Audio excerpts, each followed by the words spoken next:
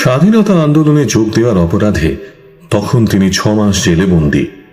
কিন্তু এমনি এমনি সময় কাটিয়ে দেওয়ার লোক তো তিনি নন। জেলে বসেই সংস্কৃতে অনুবাদ করে ফেলেছেন কোরআন, আর অন্য আসামিদের শোনাচ্ছেন বেদের মর্মকথা। আবার লিখে ফেলেছেন ব্রজবুলি ভাষায় কবিতা। একবার নয়, সারা জীবনে অন্তত 3-4 বার জেল খেটেছেন। আর তাঁর জেল খাটা মানেই নিরন্তর জ্ঞানের চর্চা ও সাহিত্যের পুষ্টি সাধন। 1939 সাল নাগাদ জেল খাটার সময় এভাবেই লিখে ফেললেন তাঁর সবচেয়ে জনপ্রিয় বই ভলগা থেকে গঙ্গা।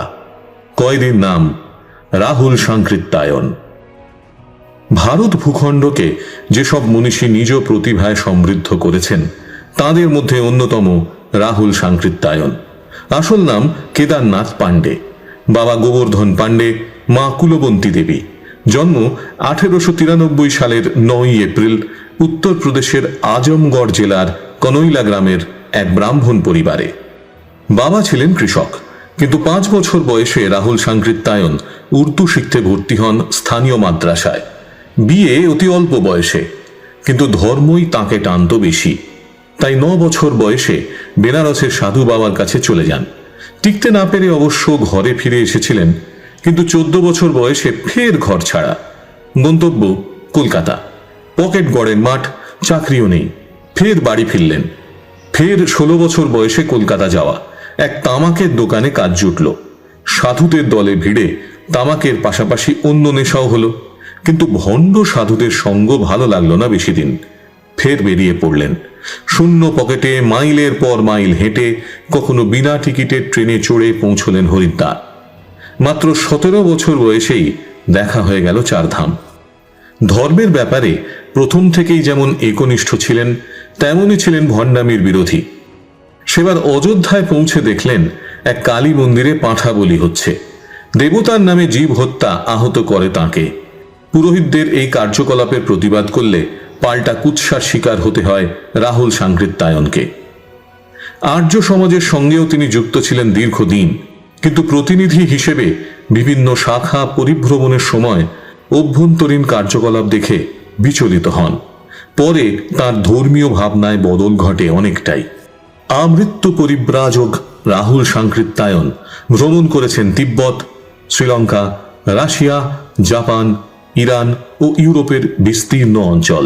তবে এর মধ্যে সবচেয়ে রোমহর্ষক তাঁর তিব্বত যাত্রা। সারনাথ ভ্রমণ ও মহাবোধি সোসাইটির সঙ্গে পরিচিত হওয়ার পর বৌদ্ধ ধর্মে দীক্ষা নেন। প্রাচীন ভারত থেকে হারিয়ে যাওয়া বৌদ্ধ পাণ্ডুলিপি উদ্ধার করতেই এরপর ছদ্মবেশে পাড়ি দেন তিব্বত। এ পথ তখন দুর্গম, ডাকাতদের আস্তানা। সন্দেহজনক লোক দেখলে ভিখিরির বেশ ধরতেন তিনি। এভাবে মোট 4 বার তিব্বতে গিয়ে খচ্চরের পিঠে করে ফিরিয়ে আনেন শয়ে শয়ে দুর্লভ বৌদ্ধ পুঁথি।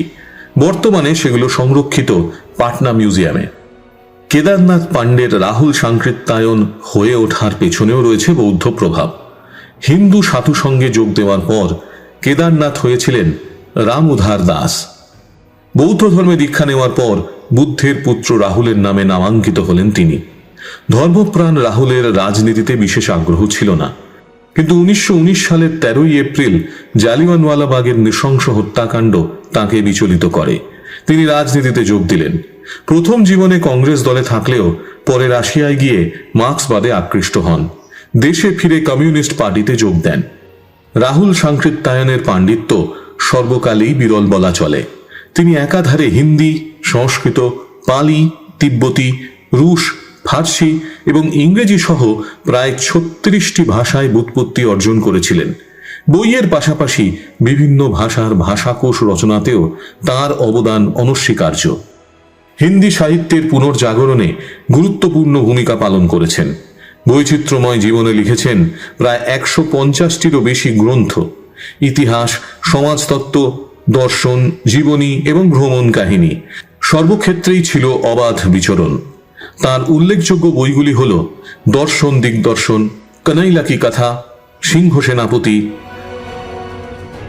শ্রীলঙ্কা বিশ্ববিদ্যালয়ে দর্শনের অধ্যাপক থাকাকালীন তাঁর শরীরের অবনতি হয়। 1961 সালের ডিসেম্বরে গুরুতর অসুস্থ হয়ে পড়েন। অ্যামনেশিয়ার শিকার হয়ে স্মৃতিশক্তি হারান। তার কয়েকদিনের মধ্যেই বাকশক্তিও হারাতে হলো। রাশিয়ায় দ্বিতীয় স্ত্রী ও পুত্রের কাছে নিয়ে গেলেও কথা বলতে পারলেন না। সেখান থেকে নিয়ে আসা হলো দার্জিলিংয়ে। দার্জিলিংয়ে থাকাকালীন 1963 সালের 14 এপ্রিল মহাপ্রয়াণ হয় এই বিরল প্রতিভার। রাহুল সাংকৃত্যায়নের জীবন কেবলই এক বৈচিত্র্যময় জীবন নয়, শ্বাস প্রশ্বাস সচল থাকা অবধি ছক ভাঙা বহুবিধ কাজ করতে পারার অদম্য সাহসিকতা, অজস্র বিষয়ে অগাধ জ্ঞান, নিবিড় সাহিত্য চর্চা, মানুষের জন্য আন্দোলন ও মানুষের উন্নতি সাধনে কল্যাণকর ধর্মচর্চা তাকে চির অমর করে রাখবে ইতিহাসের পাতায়।